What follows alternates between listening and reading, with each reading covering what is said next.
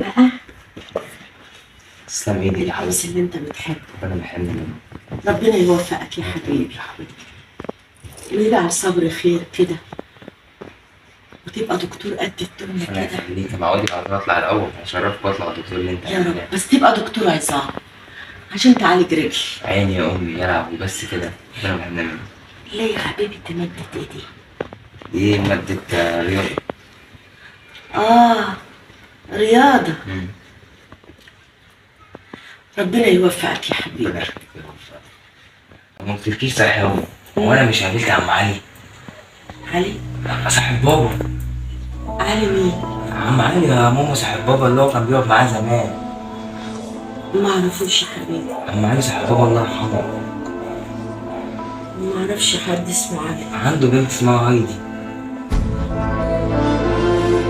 يا ماما كان بيقعد معايا زمان، كان على طول، ده كان صاحبه الروح بالروح. انا قابلته تحت. قابلته تحت؟ قابلته تحت وخدني بالحضن وقال لي عامل ايه؟ قلت له الحمد لله. قال لي والدتك عامله ايه؟ قلت له الحمد لله، سلم عليا كتير. قلت له تعالى نورنا شويه. قال انا باجي لك. هو ممكن يجي لنا النهارده اصلا عشان ازاي؟ عزمته يا ماما، ده صاحب بابا الروح بالروح. ليه كده؟ ليه يا امي؟ خليه يجي، ده راجل طيب جدا، ده بابا كانش بيبطل كلام عليه. انت مش فاكره يا عم علي؟ مش فاكرة. ليه يا امي؟ لا يا حبيب قلبي، اشرب الحاجة الساقعة. راجع تاني ليه يا علي؟ أنا كنت نسيت اللي أنت عملته. يا ترى مخبي إيه؟ وإيه اللي وراك؟ وإيه اللي عايزه مني ومن ابني؟ ليه ظهرت في حياتنا تاني؟ بقول لك إيه يا عبد الرحمن؟ يلا. عايزاك يا حبيبي النبي، انا رجلي تعبان. تنزل بص تجيب لي العلاج بتاعي، بس تسحب فلوسنا، الفلوس خلصت. ماشي. مين اللي بيخبط؟